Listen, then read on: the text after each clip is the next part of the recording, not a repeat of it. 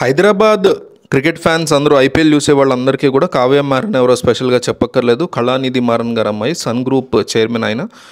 అయితే కావ్య 32 ఏళ్ల వయసులో కూడా సింగిల్గా ఉండడం అనే దాని గురించి చాలామంది డిస్కషన్లు చేసుకుంటున్నారు. ట్విట్టర్లో కూడా చాలా డిస్కషన్స్ చూసా, అందువల్ల ఈ వీడియో చేద్దాం అనుకున్నా. అది పెద్ద విషయం ఏం కాదు నా ఉద్దేశం. ఎందుకంటే ఆమె ఫస్ట్ నుంచి కూడా ఇంట్రోవర్ట్గా ఉంటారని, పెద్దగా ఎవరితో ఎక్కువగా కలవరని, అట్లాంటి వాళ్ళు కూడా ఉంటారు ప్రపంచంలో. అది తప్పు కూడా కాదు. దాని గురించి ఎవరితో కలవడు ఈ అబ్బాయిలు ఎత్తి అమ్మాయి ఎవరితో కలవదు అంటే అదేదో పెద్ద వాళ్ళకి ఏదో రోగం ఉన్నట్టు హడావుడి చేస్తుంటారు కొంతమంది. కలవకపోవడం వేరు, వాళ్ళకి ఆల్రెడీ మెంటల్గా ఏదో ఇల్లు ఉండడం వేరు. చూడగానే తెలిసిపోద్ది. దానికి మనం అంత డిస్టింగ్విష్ చేయడానికి కూడా పెద్ద కష్టపడిపోక్కర్లా, చాలా ఈజీగా తెలిసిపోయే సందర్భాలు ఉంటాయి. వాళ్ళిద్దరిని కాస్త సైలెంట్గా ఉండే వాళ్ళని, లేకపోతే కాస్త మెంటల్గా ఏదో ఇష్యూస్ ఉన్న వాళ్ళని సైకలాజికల్గా చూస్తే చెప్పేయచ్చు. సో సైలెంట్గా ఉన్న ప్రతి ఒక్కరిని ఆ కోవను కట్టేస్తుంటారు మన వాళ్ళు. ఎనీవే, మొన్న సన్ రైజర్స్ హైదరాబాద్ అంత బాగా పెర్ఫామ్ చేసింది, బట్ ఫైనల్లో ఓడిపోయింది. ఆమె ఏడ్చిన తర్వాత ఆమె చేసిన పని నాకు చాలా బాగా నచ్చింది. బాధపడ్డారు, అవతల టీంని అప్రిషియేట్ చేశారు. ఫస్ట్ పాయింట్ చాలా బాగా అప్రిషియేట్ చేశారు కేకేఆర్ని. మీరు చూస్తే ఢిల్లీ ఒక లీగ్ మ్యాచ్లో ఓడిపోతే దాని ఓనర్ వచ్చి కేఎల్ రాహుల్ని ఇష్టం వచ్చినట్టు తిట్టాడు. అందరి ముందు తిట్టడం కూడా మనం వీడియోలో కనిపించింది, ఆడియో అయితే రికార్డు కాలేదు. కానీ ఆ రకమైన ఒక మూర్ఖపు సంస్కారం ఉంటుంది కొంతమందికి. రాజస్థాన్ విషయంలో కూడా గతంలో అట్లాగే జరిగింది. రాజస్థాన్ రాయల్స్ గత ఓనర్లు లైవ్లో తిట్టడం, అన్ని పగలగొట్టడం, ఇవన్నీ చేసేవాళ్ళు ఓనర్. అంటే మెంటల్ నా కొడుకులు అనమాట. అట్లా డబ్బు పిచ్చి పట్టుకుని మేమే గొప్పని చూపించుకోవాలి, గెలుపు కోసమే మేము ఈ టీం ఖర్చు పెట్టామనే ఒక మెంటాలిటీ ఉంటుంది మూర్ఖంగా. సో అట్లాంటి జనాలు కాకుండా వాళ్ళకి వ్యతిరేకంగా చిన్నపిల్ల అయినా కూడా, అంటే ఉన్న ఫ్రాంచైజ్ ఓనర్స్ అందులో తనే కదా చిన్నది.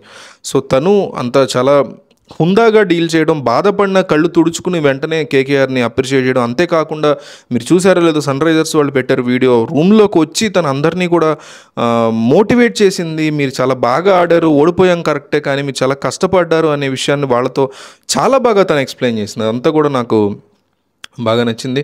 అట్లాగే సౌత్ ఆఫ్రికాలో మనకి SA20 అనేసి లీగ్ ఉంటుంది. ఆ లీగ్లో వాళ్ళ టీంతో తను అక్కడ సెపరేట్గా సన్ రైజర్స్ కేప్ అనేటువంటి ఒక టీంని అక్కడ ఎట్లయితే ఇక్కడ సన్ రైజర్స్ హైదరాబాద్ టీంని పర్చేజ్ చేసి రన్ చేస్తుందో, అట్లాగే SA20 లీగ్లో అక్కడ మన ఐపీఎల్ లాగా వాళ్ళ ఐపీఎల్ అది. అక్కడ సౌత్ ఆఫ్రికాలో సన్ రైజర్స్ కేప్ అనేటువంటి ఒక టీంని, అంటే కేప్ టౌన్ రిలేటెడ్ టీంని తను పర్చేజ్ చేసి, మార్క్రమ్ వీళ్ళందరూ ఉంటారు, బబుమా వీళ్ళందరూ దాంట్లో పర్చేజ్ చేయడమే కాకుండా వాళ్ళని బాగా ట్రైనప్ చేసి, కోచెస్ అందరినీ మంచి వాళ్ళని పెట్టి, ఇక్కడ ఎట్లా అయితే కమిన్స్ లాంటి ప్లేయర్స్ని తీసుకుని బాగా ట్రైనప్ చేసి కోచెస్ని ఇట్లా ప్లాన్ చేసిందో, అక్కడ కూడా మేనేజ్మెంట్ని, పర్ఫెక్ట్ మేనేజ్మెంట్ని పెట్టి చేయడమే కాకుండా 2023లో వాళ్ళు ఫస్ట్ టోర్నమెంట్ అప్పుడే స్టార్ట్ అయింది, ఫస్ట్ కప్పే వాళ్ళు గెలిచారు.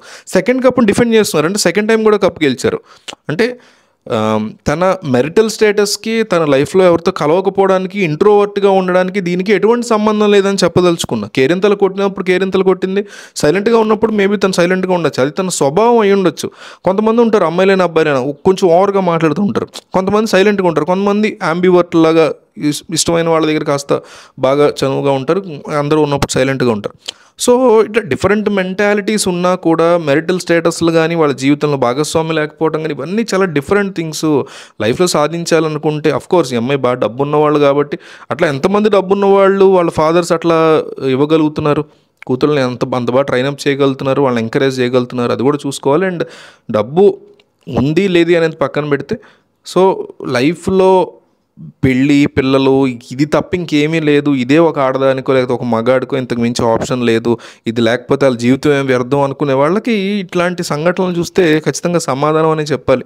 సైలెంట్గా ఉండే వాళ్ళని ఎట్లాగోట్లా జీవితంలో ఎవరో ఒకళ్ళకి అండగట్టేసుకుని వాళ్ళ బతుకనిచ్చేలా కాకుండా, కళానిధి మారన్ చాలా డేరింగ్ స్టెప్ వేసి ఈ బాధ్యతలన్నీ సన్ రైజర్స్ హైదరాబాద్ కానీ, కేప్ టౌన్ కానీ, ఇవన్నీ కూడా ఆమెకు అప్పచెప్పి, నువ్వే చూసుకోవాలి, గెలిచినా ఓడిపోయినా సరే నీ బాధ్యత, ఇది నీ బాధ్యత, ఇది నువ్వు చూసుకోవాలి అనేసి ఆమెకు అప్పచెప్పడం. ఆమె కూడా క్రికెట్ అంటే చిన్నప్పటి నుంచి బాగా ఇంట్రెస్ట్ ఉండడం. సో ఈ డిఫరెంట్ యాంగిల్ కదా ఇది, మరి ఎవరు టచ్ చేయలేదు ఇప్పుడు వరకు, అందుకని దాని గురించి చెప్దాం అనేసి వీడియో చేశాను అనమాట.